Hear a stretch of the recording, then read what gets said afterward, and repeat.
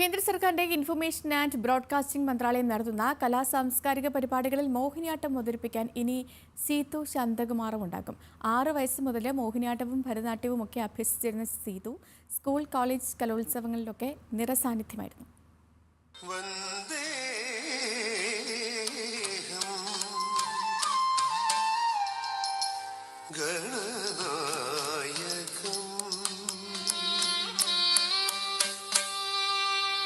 ചിത്രരത്ന വിചിത്രാംഗം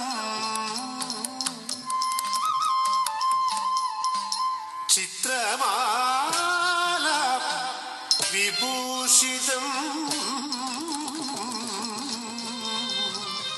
central bureau of communication, information and broadcasting മന്ത്രാലയം 3 വർഷത്തേക്കാണ് പാലക്കാട് നെന്മാറ സ്വദേശിയായ സീതു ശാന്തകുമാറിനെ മോഹിനിയാട്ടം അവതരിപ്പിക്കാൻ എംപാനൽ പട്ടികയിൽ ഉൾപ്പെടുത്തിയിരിക്കുന്നത്.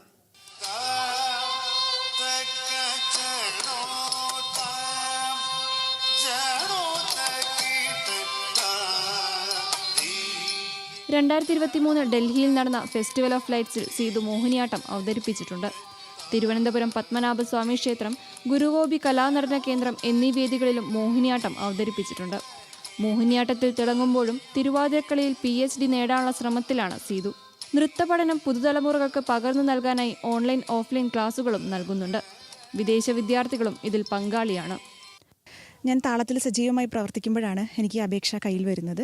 അങ്ങനെ അപേക്ഷ പൂരിപ്പിക്കുകയും നേരെ സ്ക്രീനിങ് കമ്മിറ്റിക്ക് മുൻപിൽ നൃത്തം അവതരിപ്പിക്കുകയും പിന്നെ ജഡ്ജിങ് പാനൽ അതിന് വിധി എഴുതുകയും നേരെ ഡൽഹിയിലേക്ക് എൻ്റെ ആപ്ലിക്കേഷനുകളും മാർക്ക് ലിസ്റ്റുകളും പോവുകയും പിന്നെ അവിടുന്ന് അപ്രൂവൽ ലഭിക്കുകയാണ് ചെയ്തത്. ഒരുപാട് പേരുണ്ടായിരുന്നു മത്സരത്തിന്.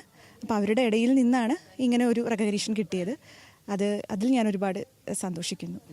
കലാമണ്ഡലം, ധനുഷ സാന്ത്യാൽ, ഉണ്ണികൃഷ്ണൻ എന്നിവരുടെ കീഴിലായിരുന്നു സീതു ശാന്തകുമാറിന്റെ പരിശീലനം.